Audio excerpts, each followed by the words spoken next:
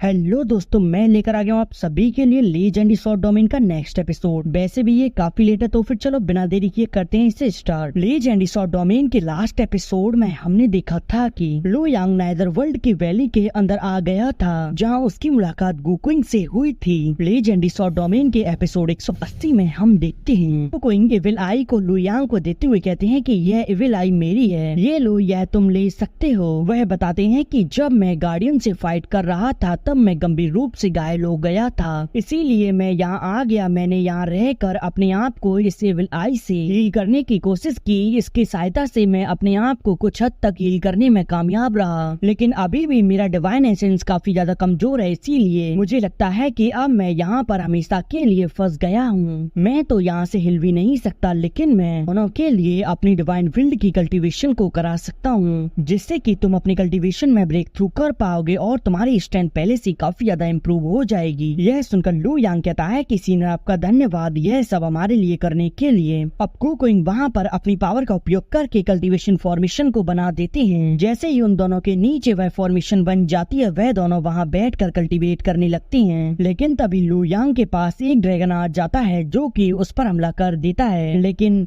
तभी वहाँ एक डार्क एक्टिव्यूट की सॉर्ड अपेयर होती है जो कि उस ड्रैगन को डिस्ट्रॉय कर देती है। वह सॉर्ड वहाँ मौजूद डार्क पावर को एब्जॉर्ब करने लगती है। यह देखकर गुकुइंग उसे अपने हाथ में लेती है। उसे देखकर गुकुइंग कहते हैं कि यह तो डार्क एक्टिव्यूट की सॉर्ड है, मैंने तो काफी समय से इस सॉर्ड को नहीं देखा। और फिर वह उस सॉर्ड को चेक करके कहते हैं कि लेकिन इस पर तो रिस्ट्रिक्शन लगा हुआ है, और अब वह उस सॉर्ड को हवा में लाकर उस पहाड़ की ऊपर वाली चोटी पर रख देते हैं। इधर हम सिटी लॉर्ड को देखते हैं जो कि अपने बेटे को मरा हुआ पाता है। वह कहता है कि बेटे तुम चिंता मत करो, अब चाहे हेवन और अर्थ में डिजास्टर ही क्यों ना आ जाए, लेकिन मैं तुम्हारा बदला अवश्य लूंगा। यह कहकर वह वहाँ पर उसकी बॉडी को अपने पास रख लेता है। फिर वह उन लोगों के उस गुफा के बाहर आने का इंतजार वहीं रुककर करने लगता है। इधर उस माउंटेन के पास में लू यांग और रून चेन काफी समय तक कल्टीवेट करते हैं। कुछ समय बाद लू यांग डागोरा को पूरी तरह से एब्जॉर्ब करके अब मैं गॉड किंग बनने से सिर्फ और सिर्फ एक ही स्टेप पीछे हूँ। गुकुइंग कहते हैं कि लू यांग मैं यहाँ फंस गया हूँ, अब मेरे अंदर इतनी पावर नहीं है जिससे कि मैं यहाँ से बाहर निकल सकूँ, इसीलिए मैं तुम्हें अपनी ओर से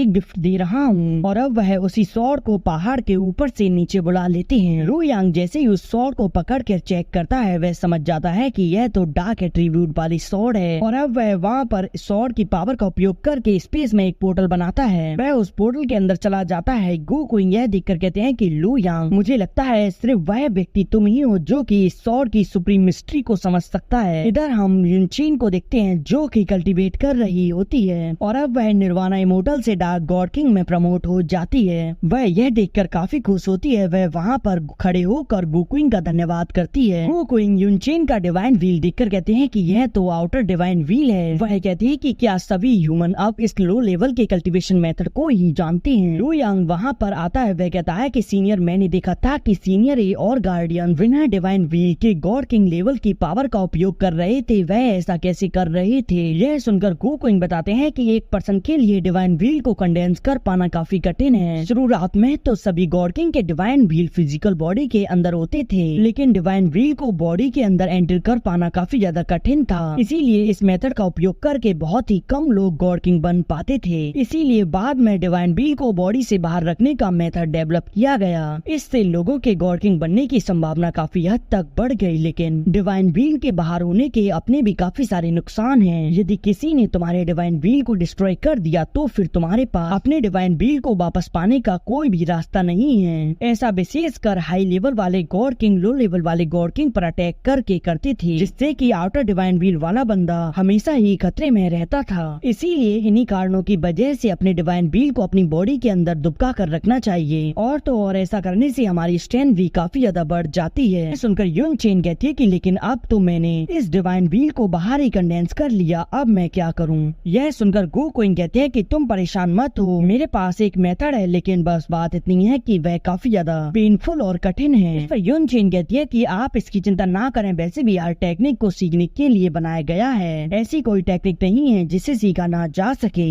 अब यूनचेन काफी समय तक अपने डिवाइन व्हील को अपनी बॉडी में कंडेंस करने की कोशिश करती है। इसमें उसे काफी ज्यादा पेन हो रहा होता है। लू यांग यह देखकर युनचेन में अपनी पावर को ट्रांसफर करके उसकी मदद करने लगता है और अब युनचेन कुछ ही समय में उस डिवाइन व्हील को अपनी बॉडी के अंदर कंडेंस कर लेती है। यह देखकर गोकुइन कहते हैं कि मैंने तो अपने डिवाइन व्हील को कंडेंस करने में 3 महीने लगा दिए थे, लेकिन मुझे उम्मीद नहीं थी कि लड़की तुम सिर्फ 3 दिनों में ही इसे अपने अंदर एब्जॉर्ब कर लोगी। यह सुनकर युनचेन कहती है कि मैं तो सुरा पैलेस की डिसाइपल हूँ, मैं तो कुछ भी कर सकती हूँ। यह सुनकर गोकुइन हंसते हैं और अब वह कहते हैं कि मैं अब से इस सब की जिम्मेदारी तुम पर छोड़ रहा हूँ, इसीलिए लू यांग तुम अपना ख्याल रखना। और अब थोड़ी देर बाद लू यांग और युनचेन वहाँ से बाहर आ जाते हैं। वह लोग वहाँ से आगे बढ़ने लगते हैं, लेकिन तभी अचानक से उन पर हमला होता है। लू यांग अपनी स्वॉर्ड से उस अटैक को काउंटर करता है। युनचेन उस मॉन्स्टर को देखकर कहती है कि यह तो मोतियानी के फाइट करने का मेथड है, लगता है वह यहीं कहीं है। तभी मोतियान जी वहाँ आ जाता है। वह कहता है कि आखिरकार तुम लोग मुझे मिल ही गए, तुम लोगों ने ही मेरे बेटे को मारा था। युनचेन कहती है कि मोतियान जी मैंने तुम्हारे बेटे को मारा था क्योंकि वह मरने की हरकत कर रहा था, उसने मुझ पर हमला करके मुझे मारने की कोशिश की। सुनकर मोतियान जी कहता है कि तुम्हें क्या लगता है कि तुम सुरा पैलेस की डिसाइपल हो तो फिर जो चाहे वह कर सकती हो। यह सुनकर युनचेन कहती है कि सिटी लॉर्ड मत भूलो, तुम हमारे सुरा पैलेस के खिलाफ जाने की कोशिश कर रहे हो। इस पर मोतियान जी कहता है कि मैं सुरा पैलेस से नहीं डरता। यह सुनकर लू यांग आगे आ जाता है। वह कहता है कि तो फिर ठीक है, अब बात करने की जरूरत नहीं है। यह कहकर वह उसकी तरफ अपनी स्वॉर्ड को पॉइंट कर देता है। इसी के साथ यह एपिसोड यहीं एंड हो जाता है।